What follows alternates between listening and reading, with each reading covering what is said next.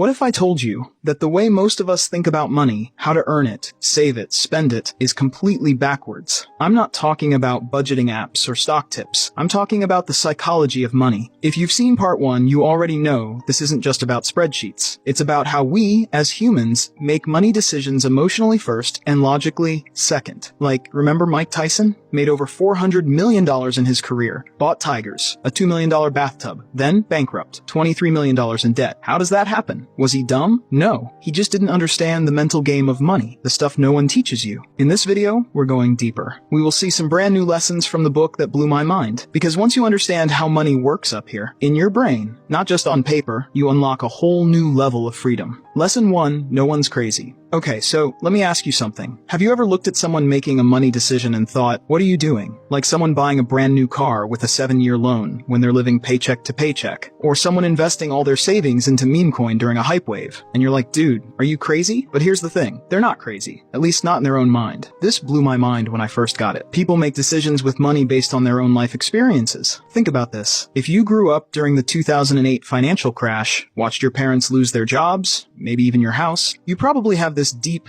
almost emotional reaction to the word stocks. You might avoid investing completely, even if it makes sense now. Meanwhile, someone who saw Bitcoin go from $500 to $60,000 feels like crypto is the smartest bet ever. Between 1920 and 2020, the US stock market returned an average of about 10% per year. That's insanely good long term. But during that same time, people lived through the Great Depression, World Wars, oil crises, 9/11, the dot-com crash, 2008, and COVID. So yeah, on a graph it looks smooth. In real life, it felt like chaos. So if someone is hoarding cash under their mattress or refusing to invest in the market, it's not because they're dumb. It's because they remember pain. Maybe their grandpa lost everything in 29. Maybe their job got wiped in the pandemic. Their money story is built on fear. Yours might be built on optimism. And neither one is crazy. Once you realize no one's crazy, you stop judging people's money choices and start understanding them. And even better, you start forgiving yourself for your own weird money habits. You stop beating yourself up for why you didn't invest earlier, or why you overspent during your 20s. You were just reacting to what the world taught you at the time. I mean, when I first got my paycheck from my first real job, I blew it all on sneakers, video games, and takeout. Not because I was irresponsible, but because growing up, money was tight. And now that I finally had a little bit of it, I wanted to feel free, like I could finally enjoy life. Was it smart? No. Was it logical? Probably not. Everyone's financial behavior makes perfect sense to them. So if someone else's choices look ridiculous to you, just remember, you're not seeing their full story. You're just seeing the result. Lesson 2. You and me are playing different games. Alright, quick question. Have you ever scrolled through Twitter or watched someone on YouTube making some wild investment move and thought, wait, am I doing this wrong? Like you see some 22-year-old throwing money into meme stocks or someone YOLOing their life savings into crypto, and for a second you're like, maybe I should be doing that too. Here's where it gets interesting. You're probably not even playing the same game as them, and that's one of the biggest reasons people make dumb money moves. They copy players from a totally different field. Think about it like this. Imagine you're at a poker table in Vegas. Some people are tourists, just playing for fun. They've got $200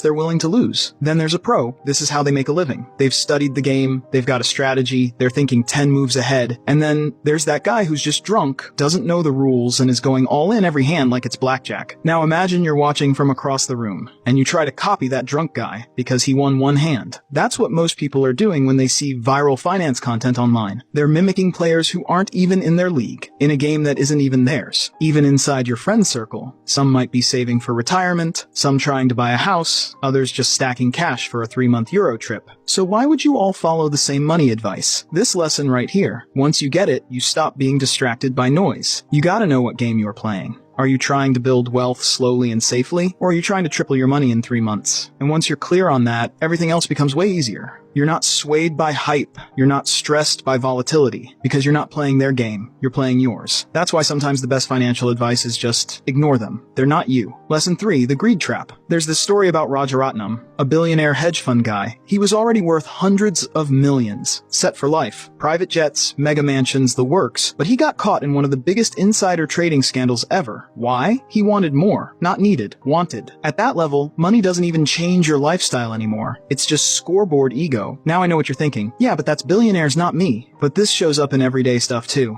Like, you start investing. Your goal is to make 10% a year. But one day you see someone on Reddit make 30% in a week. Now you want that. So you start chasing riskier stuff. Crypto coins with weird names, options you don't fully understand, all because maybe I could get more. And then market drops. And you're like, what just happened to my plan? That's how greed quietly wrecks good strategy. It whispers, just a little more, then you'll be happy. But it never tells you what enough looks like. Daniel Kahneman once said, happiness doesn't come from getting everything. It comes from not needing everything. Because at some point, more money stops being about security. It starts being about status. And that's when things get dangerous. You see it in the news all the time. Rich people still making reckless bets. Because when there's no definition of enough, greed becomes the boss. But you can beat this. You just have to define your own version of enough. Like a target. A point where you can say, cool, I'm good now. I don't need to keep chasing. It could be, I want 50K in savings, or I want to work only 4 days a week, or I want to retire at 45. Whatever it is, make it real. Make it yours. Because if you don't set a finish line, someone else will set it for you. And let's be honest, what's the point of building wealth if you can't even enjoy it? Lesson 4, compounding. Okay, imagine this. You're walking past a tree. It's tiny. You barely notice it. A few years later, it's still kind of small. Then you come back 10 years later and it's towering over your head. Massive. Unstoppable. And you're like, when did this happen? That's compounding. But people underestimate it all the time. Not because it's hard to understand, but because it's hard to feel. We live in a world where we expect fast. Lose 10 pounds in a week. Make 10K a month in 30 days. But compounding? It's slow. Boring even. At first. And then it punches you in the face with how powerful it is. Warren Buffett. Yeah, the guy we always hear about. Do you know what his net worth was when he turned 50? It was around $300 million. But you know what's really insane? 99% of his net worth came after his 50th birthday. Today he's worth over $100 billion.